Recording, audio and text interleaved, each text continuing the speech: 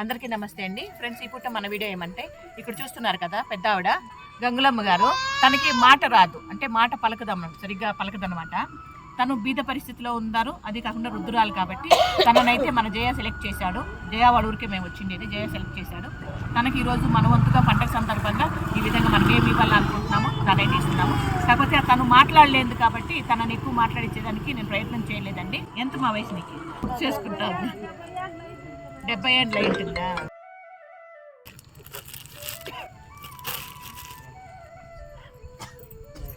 Friends ఇక్కడైతే ఒక rug అంటే కమ్మెడి లాంటిది, శారీ, ఫ్రూట్స్ 500 రూపీస్ ఇస్తున్నాను.